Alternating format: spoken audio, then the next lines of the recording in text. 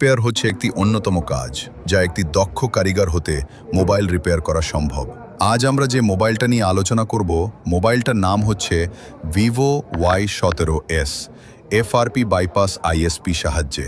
একটি mobile repair করার জন্য শুধু কাজ জানলেই হবে না, এবং হাতের স্কিলও খুব ভালো প্রয়োজন। পারফেক্ট টুলসের মাধ্যমে মোবাইল রিপেয়ার করা সম্ভব। আমরা ধাপে ধাপে ভিডিওটির মাধ্যমে প্রকাশ করব কিভাবে ISP মাধ্যমে FRP বাইপাস করি সাদ্দাম হোসেন।